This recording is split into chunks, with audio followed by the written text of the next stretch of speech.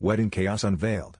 I was sitting at the round table, the clinking of champagne glasses all around me, when my heart stopped at the sound of her voice. She stood at the center of the room, her wedding dress glistening under the soft lights as she raised her glass for the toast.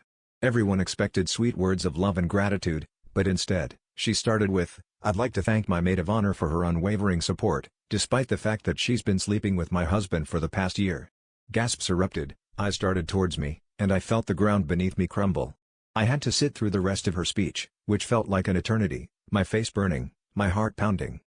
But the real bomb dropped moments later, when she added, "And in the spirit of honesty, I should mention my own little indiscretion." She paused, savoring the suspense, before revealing, "I've been having an affair with her brother." The room went silent, and I watched as my brother, seated just a few tables away, froze, his expression a mix of guilt and shock. My world spun. Not only had I been exposed in the most humiliating way possible, but now I had to grapple with the fact that my brother had been tangled up in this web of betrayal. In the aftermath, the wedding descended into chaos. Her new husband stormed out, guests whispered furiously, and I was left grappling with the shards of my shattered life.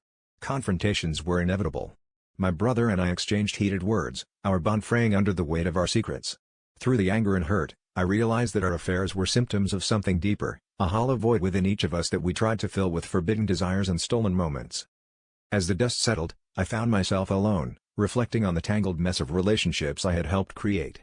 My affair had been a desperate attempt to feel alive, to escape the mundane, but it left me emptier than before.